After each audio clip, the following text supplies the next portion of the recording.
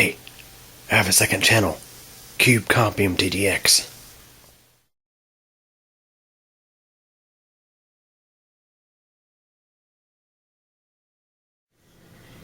Hey everybody, on this rainy Sunday I'm going to be talking about 18650 cells again. So I've done a few videos about these things. Of course, as some of you probably may notice, I use these cells regularly. Most of my cells are actually laptop harvest. I've actually got 3 cells here, for example, I'm going to be talking about today.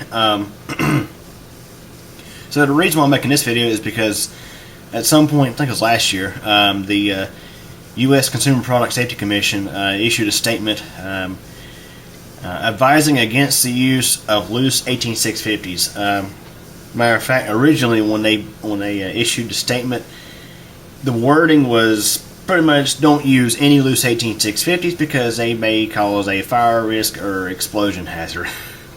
In short, so then they changed. I think they changed the wording to then say avoid the use of unprotected loose 18650s. Now, all 3 of these cells here are in fact unprotected. 2 to 3 are actually harvested out of packs. This one here was actually purchased brand new loose.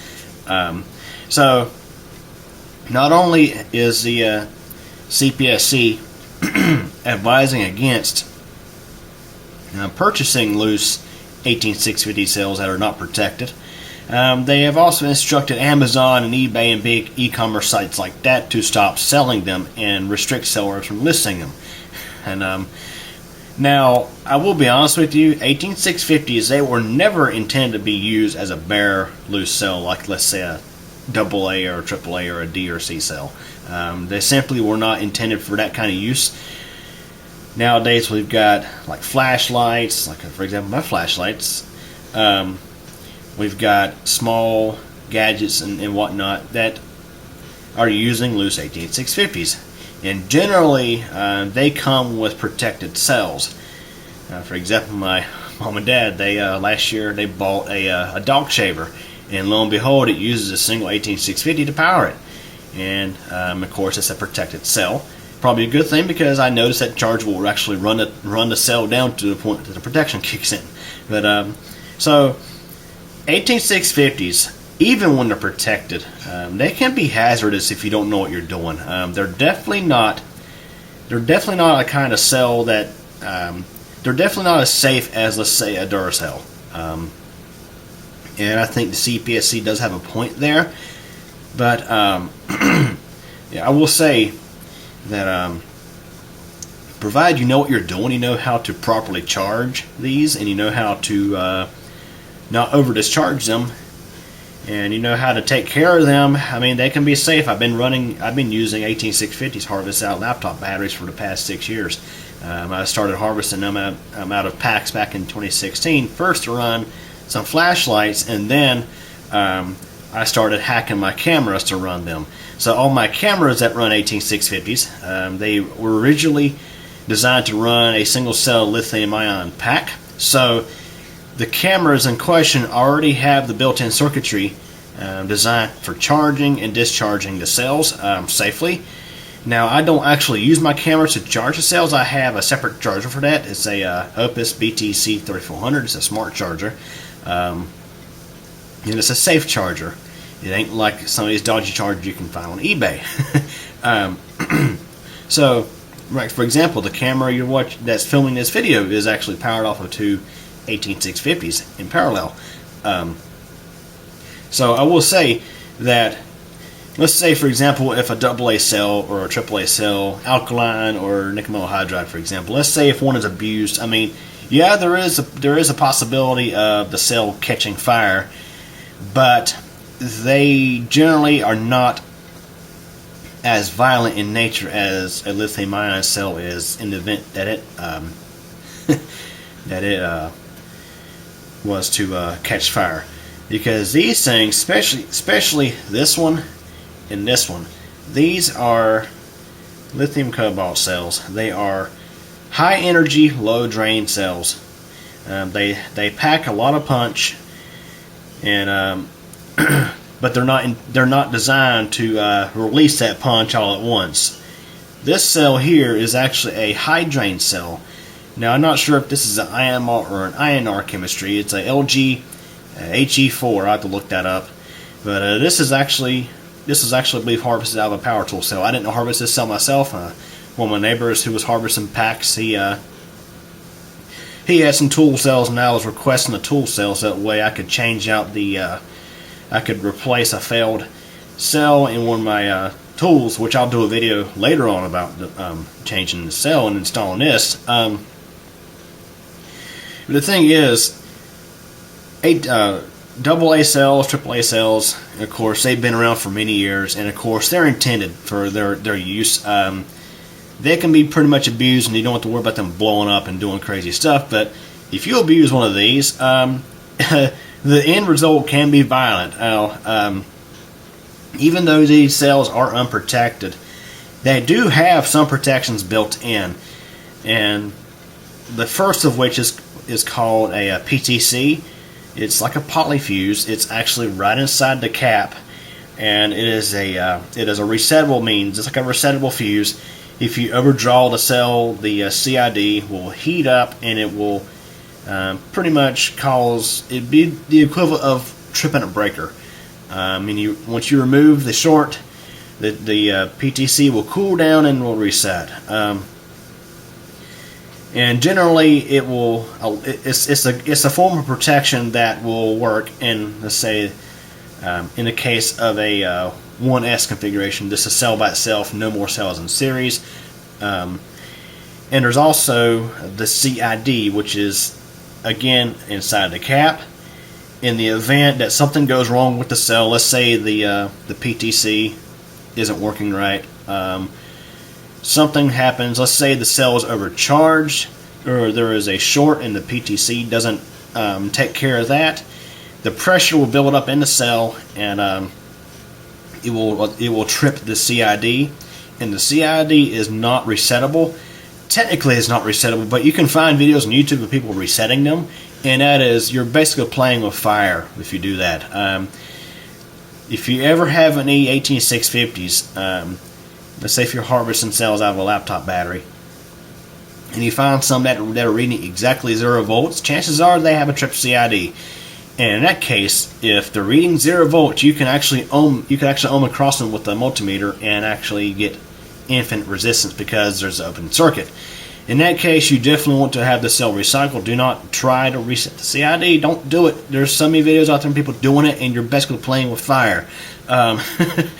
So these things do have some protections built in, but as far as overcharge, over discharge protection, when you're running these things without protection, you are basically the protection circuit. So again, I use these cells, like this one here is one of my flashlight cells. It used to be a camera cell, but the rest of the cells, I'd used them for about a couple of years, and their performance degraded to where they weren't holding a really good charge. So I recycled them, and I saved this one because it was still doing pretty good, and I run it in my flashlights. I harvested this cell out of a Toshiba laptop battery back in, I think, 2017. So it's been in my circulation for 5 years now. So my flashlights, although they don't have, I'm not going to say they have protection built in, they generally will, when they get low, the LED will pretty much cut out. Now I generally, with my flashlights, I don't purposely let these things get too low. And in the case that they do, if that ever was to happen, then I would have to recycle the cell because I over discharged it. And see, that's the thing, is with unprotected cells, somebody who's not familiar with electronics and things like that, and electrical and stuff like that, they can be very hazardous. They can be extremely dangerous if you don't know how to properly care for them. Because let's say if you over discharge one down to almost nothing, and then you go to charge it, things could go bad when you go to recharge it. Also, I've seen many posts out there on forum sites and YouTube of people harvesting cells out of laptop batteries and using them for their mods, for vaping, for high current draw, and that's a no-no. it's something you shouldn't be doing, because these two cells in particular, these lithium cobalt cells, they're not designed for high current draw, but yet I've seen instances of people using them in unregulated mods, which have no protections. So in the event something goes wrong and the cell goes in thermal runaway, it's not a good ending. People have been seriously hurt. There's been property damage, you name it. These cells, you got to be careful with them. Now, I did mention that they do have some protections built in, but you don't want to rely on the protections. Now, again, back to the subject of harvesting cells. I have come across quite a few cells out of laptop batteries when harvesting them that there were some that were open circuit because the CIDs tripped. So it comes to show that they are pretty safe. You just got to know how to properly use them, and a lot of people don't know how to properly use them, and hence why the CPSC is advising consumers not to use them unprotected, because bad things can happen if you don't know how to properly use them without a protection circuit. And while I do sort of agree with their reasoning for the CPSC's reasoning for advising retailers like Amazon and eBay to not allow listings for bare cells that are unprotected, it's really, matter of fact, I think it causes the situation to be even worse, because I looked on eBay and Amazon, and so for example, these are genuine cells. This is a genuine LG 18650. This is a Panasonic. This is another LG. These are genuine cells. They're not counterfeits. They're not knockoffs. But yet, you can't buy these bare anymore. Now, technically, there are some websites out there that do sell bare cells, and they do have a disclaimer advising you of their hazards and that you need to have knowledge of how to properly use them. Because let's be honest, these cells that were never intended, as I've mentioned, the manufacturers never intended for these cells to be used in bare form. But you can go on eBay and Amazon right now, and I guarantee you'll find listings for the Chinese knockoff cells, the Ultra Fires, the Trust Fires. Now I do believe there are, or at least there were, cells that were actually legit under those brands, but there's a lot of counterfeits out there that are sold under the Ultra Fire, Trust Fire, you name it brands. And a lot of these cells, they're listing their capacities at like ridiculous high numbers, like 900 milliamp hours. So this Panasonic cell here, this is the NCR 18650B. It's rated for 3400 milliamp hours, and to my knowledge, 3400 milliamp hours is the highest legitimate capacity of an 18650 right now. So when you find cells that are showing like 4500 milliamp hours, 6000 milliamp hours, or 9900 milliamp hours, they're fake.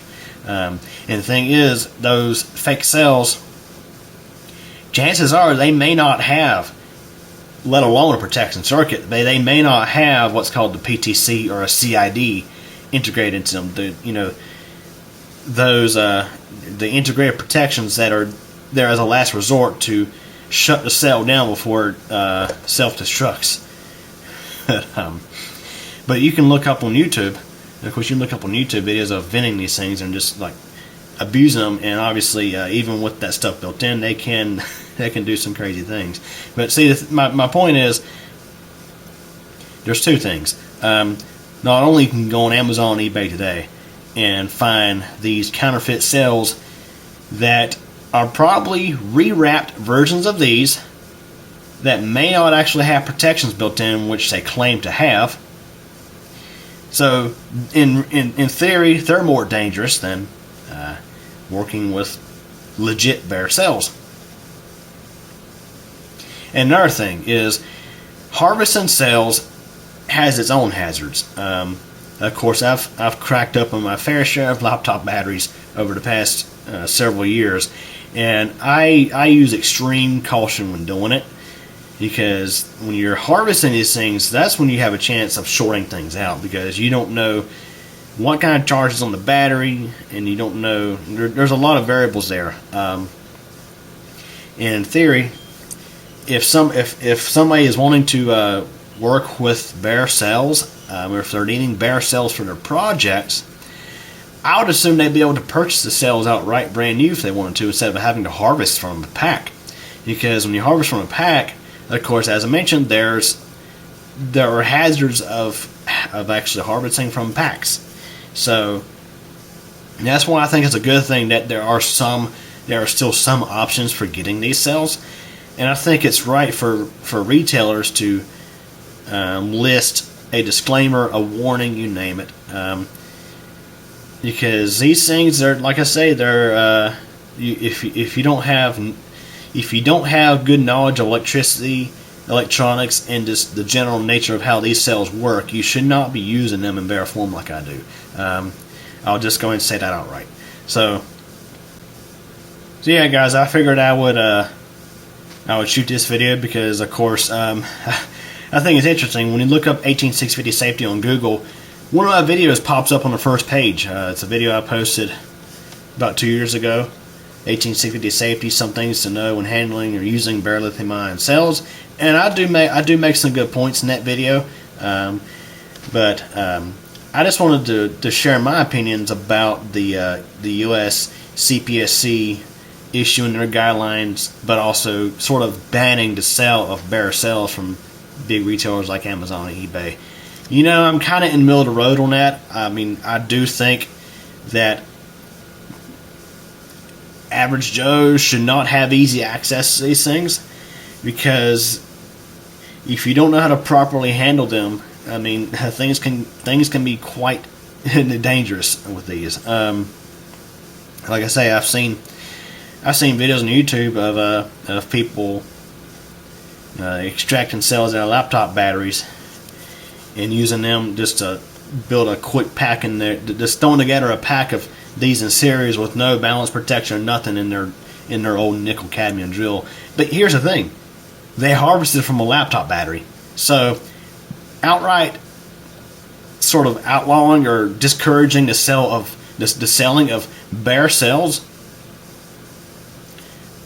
it's just not really accomplishing anything, because if somebody wants bare cells bad enough, they will go out and find a laptop battery. Matter of fact, I mean, you can purchase laptop batteries for next to nothing, especially the generic replacements, which in my experience, a lot of the generic replacements do have decent quality cells, although they're from a company out of China. I do have some in my collection that I've been using. That's just it. The CPSC basically kind of disallowing selling or advising retailers like Amazon and eBay to not allow bare cells to be sold. People are still going to get their cells one way or the other. Either they're going to buy them outright, like this Panasonic here was purchased brand new. As you can see right there, there's no spot welds on the cell. These were purchased outright brand new, and used to be, it was easy to do on Amazon and eBay. Another thing I should mention, I think another reason why they issued that guidance, which I'm hoping will actually, so I just saw this, guys. So I think one of the reasons why the CPSC issued that guidance is because, and I've seen this myself on Amazon and eBay, or eBay particularly, people would basically do what I've done. They would harvest cells out of laptop batteries, test them, make sure they're good, at least from their testing, but then turn around and list them on eBay for sale. Don't do that. Don't do that. That's not a smart thing, because I mean, you think about it. If you were to extract cells out of a laptop battery and put them up for sale, and then somebody buys them and then they misuse them and blow them up or whatever, then you could be liable for that. So I guess I can say that Amazon and eBay kind of disallowing the sale of bare 18650s, unprotected 18650s, excuse me. So anyways, guys, that's kind of my opinions on the recent guidance from the CPSC sort of banning the sale of bearer cells, 18650s, that are unprotected. Of course, as I mentioned, if you know how to properly use them, they're safe. If you know how to properly use them, don't over discharge them, don't overcharge them, don't abuse them. Use them for their intended use. Well, figuratively speaking, I'm talking about current draw. Like, don't take laptop cells and run them in your vapes. They can be safe. They generally are safe. But if you abuse them, or if you do things like put bearer cells in your pocket with your keys and change, or just stuff like that, bad things can happen. So, feel free to draw your own conclusions. Hope you all enjoyed this video. Thanks for watching. Well, everybody, that wraps it up for this video, and I hope you enjoyed it. If you did, please like the video. Also, don't forget to subscribe to keep your channel, and be sure to tick that bell so you'll get notified when new videos are posted. Also, don't forget, I have a whole lot of other interesting videos here on the channel to check out. And also, in addition, I have a second channel, CubeCompMTDX, where I have all sorts of other videos not exactly related to technology. Links to the channels are available at the end of this video. Again, I thank you for your support and thanks for watching this video.